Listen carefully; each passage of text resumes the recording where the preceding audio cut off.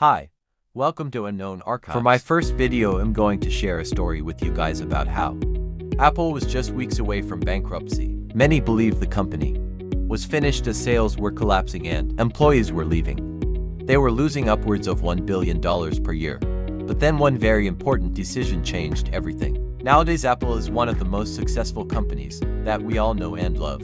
But in the late 1990s, it was close to disappearing entirely. This is the story of the decision that saved Apple and why it almost didn't happen. By the mid-1990s, Apple was struggling badly. The company had too many different products and models, which made it all somewhat confusing. Steve Jobs was forced out of the job in 1985, supposedly. Many employees for the company didn't trust him, and he was known to be difficult and unpredictable.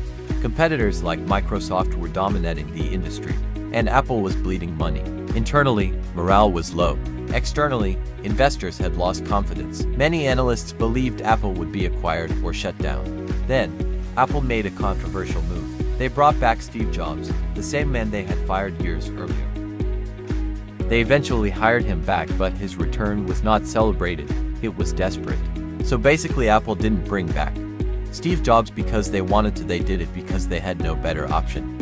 Jobs immediately made drastic changes. He cut most of Apple's product line. He canceled projects, and he focused the company on just a few core products. But this is the most shocking fact of all. Apple accepted a $150 million investment from Microsoft, their biggest rival. Microsoft agreed to continue developing Office for Mac and end their ongoing lawsuits. Jobs announced the deal publicly in 1997. At the time, people were stunned.